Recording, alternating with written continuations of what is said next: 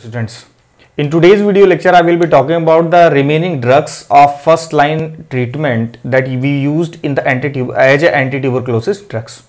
We have discussed the isoniazid and the rifampicin. In today's video lecture, I will be talking about the one of the very interesting, that is pyrazinamide, ethambutol and the streptomycin. So we will start from pyrazinamide.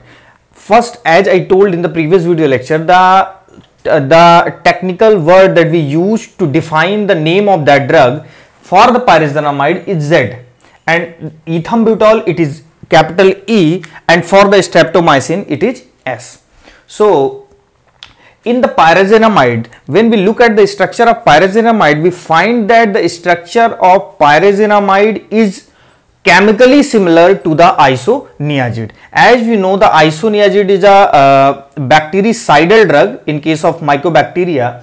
In the same way, the pyrazinamide is a bactericidal, but it is a weak tuberculoidal drug. It is a weak drug, but when we will talk about the specific site where the pyrazinamide acts, as I have already told in the biology of the Mycobacterium tuberculosis, the intracellular bacilli of Mycobacterium that present in the intracellular or at the site of inflammation, in both places there will be the presence of acidic medium, and that acidic medium allow the maximum efficacy of pyrazinamide to work over there. That's why we say the pyrazinamide is basically working mainly in the intracellular and at the inflammatory site, because there is a naturally the presence of acidic medium, and the chemical structure of pyrazinamide is in such a way that it makes the pyrazinamide, acidic medium makes the pyrazinamide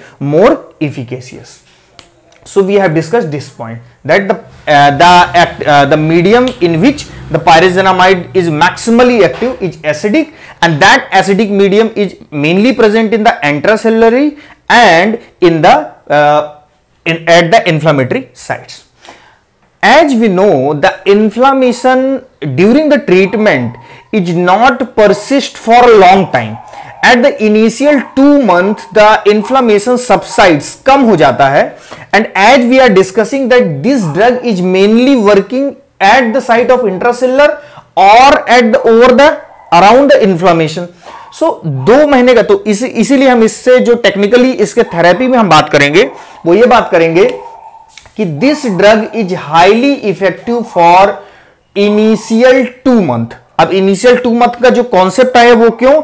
because that drug is mainly acting over the inflammatory site of the infection, जहां पर inflammation है, और inflammation initial 2 month की treatment में subside हो जाएंगे, तब हम उस 2 मंथ में जो कैरी करेंगे pyrazinamide को हम लेके चलेंगे ट्रीटमेंट में, because the inflammation is only present up to the only the initial 2 months. What is the other more beneficial effect by adding pyrazinamide in the therapy is that basically the pyrazinamide, once we add pyrazinamide along with the isoniazid, rifampicin, when we add the pyrazinamide, it makes the overall duration of the therapy to short. अगर हम बात करेंगे कि अगर हम pyrazinamide को add नहीं कर रहे हैं, it means the therapy will be up to the 9 month, 10 month, 11 up to 12 month. But when we add the pyrazinamide, the duration of the therapy become shortened. This is the one more major effect of pyrazinamide. And one thing is that, as we have discussed, this pyrazinamide is acting over the which kind of bacteria? Inflammatory I have discuss, 2 month की condition बताई, 2 महीने के use कर रहे हैं initial phase में, वो clear हो चुका है. अब इंट्रासेलुलर की अगर हम बात करते हैं, because in the intracellular bacteria, if we are talking intracellular, it means we are saying inside the macrophage, right? Inside the macrophage, the bacilli that is present in the acidic medium, because we know inside the macrophage there will be the acidic medium. In the acidic medium, the bacilli will be present, will be the chances of that bacilli will be maximum that present in the you can say the spurter form or the inactive form. हम लोग already biology of tuberculosis में पढ़ चुके हैं कि वो कभी भी क्या हो सकते हैं, एक्टिवेट हो सकते हैं। इट मींस हमको जो कंडीशन आ सकती है वो रिलैप्सिंग की कंडीशन, कि एक बार कुछ समय के लिए सिम्टम नहीं थे और कुछ ड्यूरेशन के बाद हमको सिम्टम आने लगे, मीन हमने उसको बोला रिलैप्सिंग कंडीशन आ रही है। So that's why this drug is also working against the intracellular bacilli. So we can correlate from here that it can also avoid the when we use this drug we can also avoid the relapse of the Mycobacterium tuberculosis bacilli. So this is the all about the pyrazinamide basics. Now how does the pyrazinamide perform their mechanism of action? As same as the isoniazid, pyrazinamide once gets inside the bacteria, it is activated into the pyrrazinoic acid, and the pyrrazinoic acid with the help of which enzyme? The enzyme is pyrazinamidase. Pyrazinamidase is responsible for making the pyrazinamide into pyrazinoic acid, and that activated form of pyrazinoic acid is responsible for accumulating in the acidic medium. Acidic medium means, it means here we are talking about the intracellular, it means intracellular or inflammatory site. Intracellular means inside the macrophages. It is accumulated inside the macrophages and responsible for tuberculoidal action. So this is responsible for tuberculoidal action. The gene which encodes for this pyrazinamidase enzyme is PNCA. ये आपके GPAT point of view से important है, तो आपको ये point भी आना चाहिए. Now if we talk about the pharmacokinetics, is very simple, that it is as we have discussed the ability of this drug to cross the to cross the triple B is very good. That's why we say if it is able to cross the triple B, most of the time we widely use the pyrazinamide in the meningeal tuberculosis. This is the one unique use of pyrazinamide. This is metabolized in the liver and the half-life is approximately 6 to 10 hours and excreted in the urine. And the major side effect, as we have discussed, it is metabolized in the liver. The concentrating mechanism is responsible for hepatotoxicity, and as this drug is also responsible for, it does not allow the uric acid to release through along with the urine, or we can say it does not allow the secretion of urine in the tubular fluid. And if this drug inhibit the secretion of uric acid in the urine, so this if this will not be secreted in the urine, this will accumulated in the blood, and that results in the hyperuricemia. So this is, so we can technically correlate from here, this drug we cannot be provide in case of gout, because ये gout induce कर रहा है uric acid के deposition को. So this is all about the pyrazinamide. The second drug which is ethambutol. Most जो आपके technical questions हैं, depending on the, basically we are talking about the MCQs, आपके theoretical exam में इतना depth में नहीं पूछा जाएगा हर एक ड्रग की mechanism of action, pyrazinamide, ethambutol, streptomycin. Most of the chances cases हैं कि आपके आइसोनियाजिड और रिफेम्पिसिन को पूछा जाए. फिर भी बहरहाल जो इंपॉर्टेंट चीजें हैं कि जैसे आपकी मेनली टॉक्सिसिटी के क्या पॉइंट है, टॉक्सिसिटी के बाद मेनिंजियल टीबी में हम इसको यूज कर रहे हैं, कौन सा एंजाइम कौन सा जीन इसको इनकोड कर रहा है, राइट, ये सब चीजों को हम पढ़ते हैं और इसकी सिमिलरिटी किस ड्रग से है, आइसोनियाजिड से. Now we will talk about the ethambutol. As we have discussed previously, the isoniazid, rifampicin and the ethambutol, all the drugs were bactericidal, but ethambutol is not a bactericidal drug, it is bacteriostatic. It is the main difference. This is bacteriostatic. As we have discussed, the isoniazid is selective against it works was selective against the Mycobacterium tuberculosis, but in case of ethambutol it is not selective up to the Mycobacterium tuberculosis. It works for the Mycobacterium avium complex and other kind of bacteria along with Mycobacteria as well. This is static in nature and this is the working spectrum. Now what is the role of ethambutol? As we know, the Hasten sputum conversion. What is the meaning of Hasten sputum? Hasten means fast. Sputum conversion means, let's suppose at the initial when you came to the doctors and you diagnosed with the TB, your sputum diagnosed with the presence of Mycobacterium tuberculosis bacilli, and after the initial treatment or the few month treatment, you tested for your sputum again, and now your sputum become negative. That's why we say now the sputum is converted means positive to negative. So this drug is responsible, or you can say this add on the effect over the isoniazid, rifampicin and ethambutol and pyrazinamide.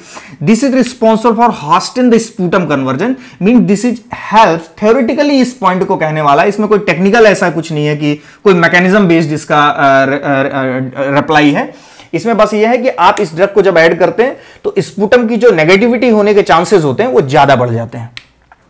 And it is also responsible for inhibition of the resistance, क्योंकि bacteria अगर आप एक single antibiotic को carry करके अपना treatment start करते हैं तो मे बी चांसेस वहां पे रेजिस्टेंस बैक्टीरिया ज्यादा डेवलप कर ले. लेकिन जब आप combination of the antibiotic treatment करते हैं तो there may be chances this ethambutol is responsible for preventing the development of resistant to against the treatment antibiotics. Now, what is the mechanism of action? Mechanism of action is very important because this is a unique kind of mechanism of action, because this ethambutol inhibit the arabinosyl transferases. Arabinosyl transferases are the group of enzyme encoded by the EMBAB, and this enzyme is encoded by this gene, and that resulting in the synthesis of arabinogalactan synthesis. This result in the synthesis of arabinogalactan, and this arabinogalactan incorporate the mycolic acid in the cell wall. As we have discussed, the cell wall of the mycobacteria is composed of mycolic acid, but when the arabinosyl transferase encoded by the EMBAB involved the synthesize the arabinogalactan, there will be defected mycolic acid that is incorporated in the cell wall, and the defected mycolic acid incorporated in the cell wall is responsible for the destruction of cell wall of the mycobacteria, and that results in the bacteriostatic effect, because this effect will be this effect have a very less impact on the cellular wall, that not leads up to the bactericidal effect, and it will remain in the bacteriostatic condition. Now, inhibit the mycolic acid incorporation into the cell wall, we have discussed. Now, in the same way as in the pharmacokinetic, it is well absorbed, penetrate in the BBB, but the penetration in the BBB for the ethambutol is poor. The main concentrated mechanism of the ethambutol is basically occur in the eyes, and this is the main part of the GPAT examination MCQs, because the ethambutol is concentrated in the two parts of the body. Temporarily it is stored in the RBC, and it is also concentrated in the eye, and from the eye it is resulted in the eye defects. That's why we do not prescribe the ethambutol with the patient of optic neuritis, or sometime it directly question asks that what is the first line drug used in the as antituberculotic that is responsible for optic neuritis. The answer will be same, that is ethambutol.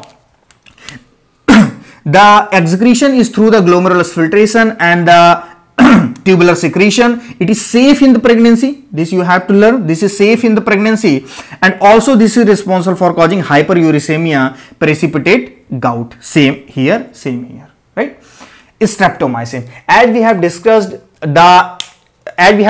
aminoglycoside, and we have discussed aminoglycoside like streptomycin as well, and we have discussed in the property of aminoglycoside that most of that aminoglycoside, whether it is streptomycin, amikacin or anything else, basically they are very highly ionizing chemical substance. Because of the highly ionizing nature, it does not crosses the cellular membrane and go in the depth of the tissue. Because it does not go in the depth of the tissue, so we can say it will not work in the bacilli that is present intracellularly. So we can correlate from here, due to its highly ionizing chemical structure, chemical nature, it does not penetrate the cellular membrane, so we can say it does not work inside the cellular membrane. And as we know, there is also the bacilli that is present in the intracellular, so we can say the streptomycin does not work for the intracellular bacilli. So we can conclude from here the